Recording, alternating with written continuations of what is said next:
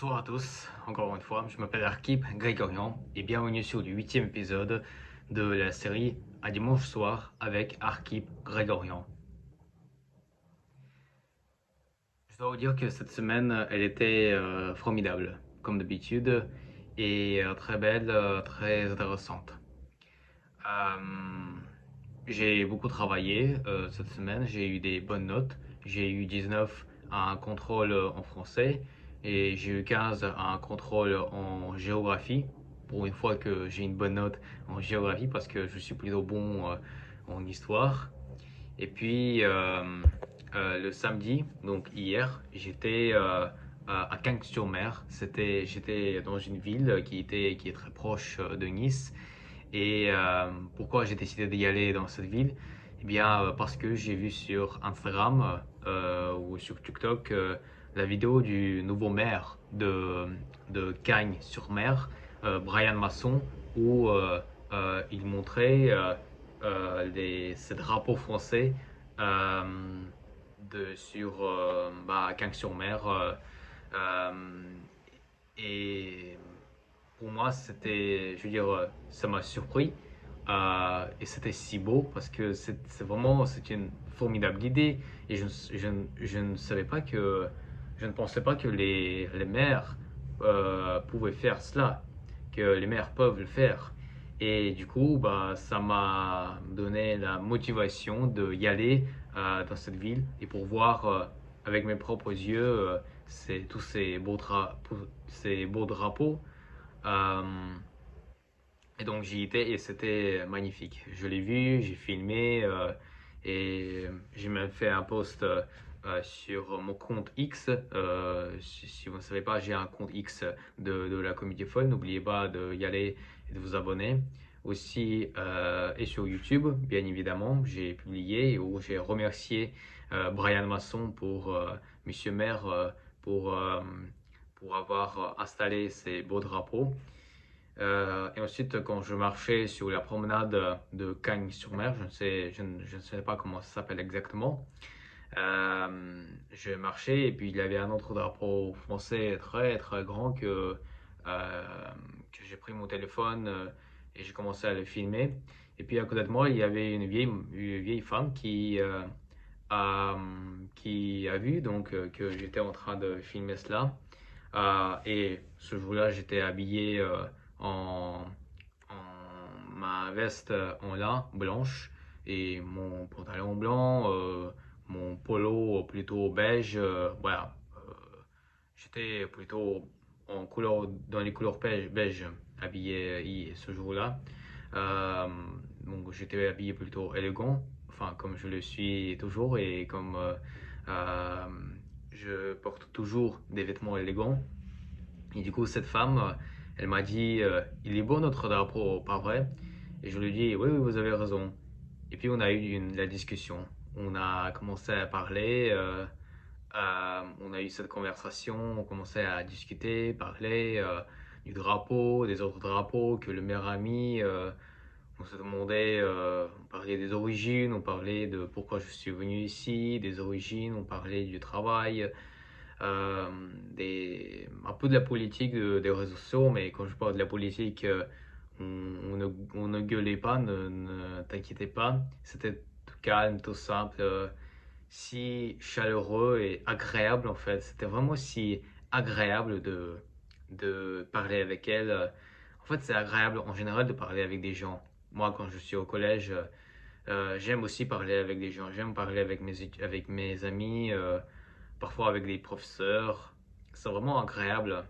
Vraiment, la discussion, c'est la chose qui existe, que tout le monde peut le faire. Ceux qui ont l'opportunité de parler, on peut tous discuter, parler, débattre même. Mais en même temps, on ne se rend pas compte à quel point c'est important en fait, à quel point c'est magnifique la conversation et le fait de parler tout simplement. Et peu importe que la personne à qui vous parlez est votre ami ou votre ennemi ou qu'elle a des opinions politiques différentes des vôtres, ce n'est pas grave, au contraire, c'est même très bien.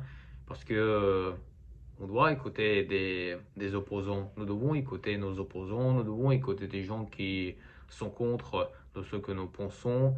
Mais je pense que ce qui est important, ce qu'il faut faire, c'est d'écouter, c'est de débattre, c'est de poser des questions. Pourquoi est-ce que tu n'aimes pas mon opinion? Qu'est-ce qui te gêne exactement? Et je vais te dire pourquoi ton opinion à toi me gêne et pourquoi je ne l'aime pas. Mais encore une fois, il faut débattre, mais avec la gentillesse, avec la politesse, avec le respect, avec le calme. Le débat, ce n'est pas la haine. Le débat, ce n'est pas la dispute. Le débat, ce n'est pas gueuler sur tes opposants. Ce n'est pas ça le débat. Euh, Sinon, si vous n'êtes pas d'accord et que vous vous détestez à cause de ça, c'est plutôt la preuve que vous avez la dispute et que vous détestez. Mais dans un débat, le débat, initialement, historiquement, quand il a été inventé par des gens, par des philosophes, l'idée n'était absolument pas celle. L'idée était justement pour écouter les deux intellectuels, de les écouter et de voir comment est-ce qu'ils vont voilà, s'attaquer, mais s'attaquer pas au sens propre, c'est au sens euh, de donner des, en échangeant des arguments. Moi, je dis ça, je donne un argument. Toi, tu réponds pareil par un argument, par un contre-argument. Et moi, je réponds pareil par un autre argument, par des autres idées. Euh, et encore une fois, avec la politesse et le respect, parce que quand même, enfin, je ne sais pas si la vérité existe. Je pense qu'elle existe, oui. Mais ça ne veut pas dire que tout le monde a la même vision. Et en fait, cette idée qu'il y a une vérité, c'est une idée chrétienne parce que, puisque je commence à m'intéresser beaucoup à à la religion chrétienne et catholique. Et du coup on dit que oui, il y a une vérité. Mais même entre les chrétiens, par exemple, il peut y avoir un chrétien qui défend une idée et puis un autre qui défend une autre qui est différente. Par exemple, je sais pas moi, des chrétiens qui ont des philosophies différentes. Il y a un qui est plutôt stoïque, mais l'autre qui est plutôt pas stoïque, mais voilà, qui a une autre philosophie. Et puis ils débattent, ils se débattent, ils veulent savoir bah, qui a tort, qui a raison.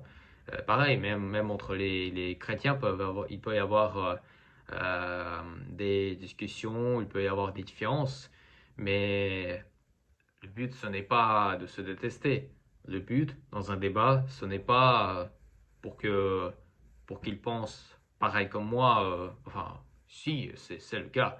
Euh, En tout cas, en fait, ce qui est le plus important, c'est juste de, c'est de montrer à quel point vous êtes fort pour protéger votre idée, vos idées, votre vision, votre opinion.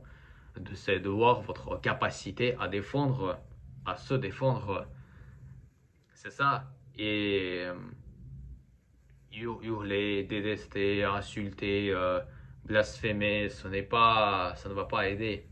Parce que je pense que si on crie, si on déteste, si on s'explose de colère et qu'on commence à insulter notre opposant, je pense que c'est déjà un peu la preuve que vous avez perdu le débat.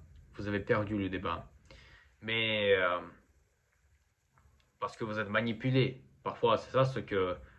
Et c'est mal aussi parce que parfois, certains politiques utilisent un caractère spécial pour vous rendre en colère, pour vous gonfler, mais non pas parce qu'ils vous détestent, mais spécialement pour vous rendre en colère, pour que vous s'explosiez de colère. Parce que comme ça, vous perdriez. Vous allez perdre le débat tout de suite si si vous ne contrôlez pas vos émotions et notamment votre colère. Euh, et si vous contrôlez, si vous arriviez à contrôler vos émotions et votre colère, vous avez gagné, même si vous n'avez pas pu euh, prouver et convaincre votre opposant ou les gens qui vous écoutent. euh, vous êtes quand même un vainqueur de ce débat. Merci d'avoir regardé cette vidéo et on se retrouve dans l'épisode prochain. Bon dimanche, bonne semaine et que Dieu vous garde.